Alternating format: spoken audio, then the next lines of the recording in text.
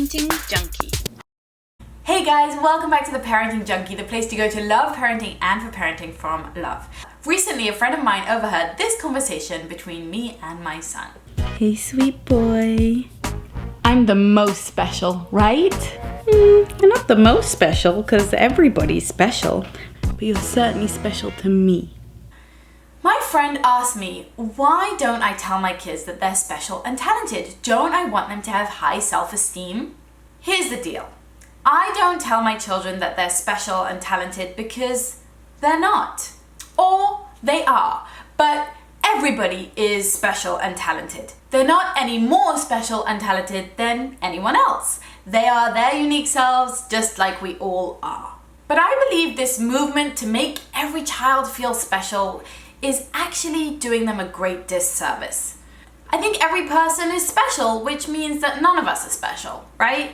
And of course they're special to me, and I can tell them that. But I don't want my kids thinking that there's something special, or that they have extra gifts or extra talents, or that they are somehow extraordinary. First of all, I think we all need to get a lot more comfortable with the idea of medium, of middle of the road, of average, of normal. We don't need to polarize individuals by giving them either a diagnosis of a condition or saying that they're gifted and talented. Not everybody needs to be extraordinary. In fact, pretty much no one needs to be extraordinary. Most of us are average, and that's okay. In fact, it's great. When people grow up feeling like they are something special, they tend to be the type of people who will be arrogant or will alienate others. And they tend to think that they don't need to put in the work and effort that it takes to succeed in life. They may even think that they don't need to be helpful or kind because they're special. They might think that they deserve to get a job or to get a break or to get a raise just because of who they are. And they might hold on to that specialness so tight that if you take it away from them, or if someone gives them criticism or feedback, they might crack.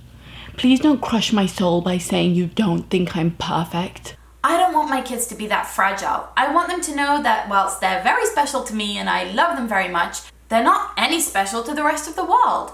They're just another person who needs to show up and put in effort to succeed. Plus, I don't know what being special means. It means you're so special, like a unicorn pineapple ice cream fairy.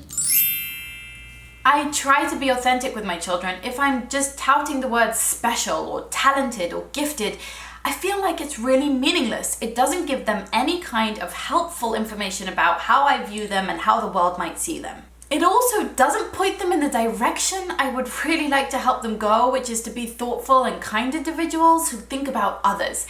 It makes them think that who they are and the gifts and talents that they have are somehow very, very important. But they're not.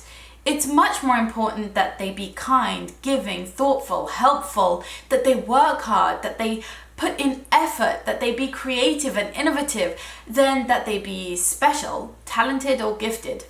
Even if a child does have some kind of gift, again, I don't really know what that means. But even if they do have some kind of a talent or an inborn gift, research has shown again and again that it is nothing without deliberate, mindful, and effortful practice throughout many thousands of hours of investment. So even if your kid is a great dancer, singer, musician, mathematician, artist, writer, there isn't really such a thing as a prodigy. They need to work hard just like everyone else and practice hard, even if it comes easier to them. What does the idea or this label of being special help them at all? It only makes them think that they don't need to put in as much effort as others, or that they deserve some kind of unique treatment. Plus, a message I'm really trying to get across is that my love for my children is unconditional. It doesn't depend on their talents, on their successes, on their achievements, on their specialness. If they are 100% average, middle of the road, Joe Schmoes, then my love isn't swayed either way. I don't love them because they're special.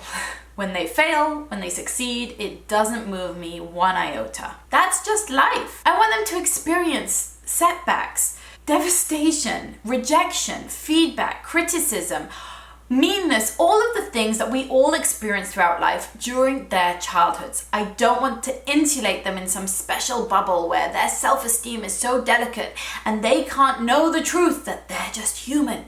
I want them to experience those things because right now the stakes are low. If you get rejected from the choir or don't win the trophy or get pushed out of a clique of friends right now, then you learn to deal with something tough while the stakes are still relatively low. I don't want them starting their jobs having grown up in this insulated specialness bubble. Don't get me wrong, it hurts me a lot when people are mean to my kids.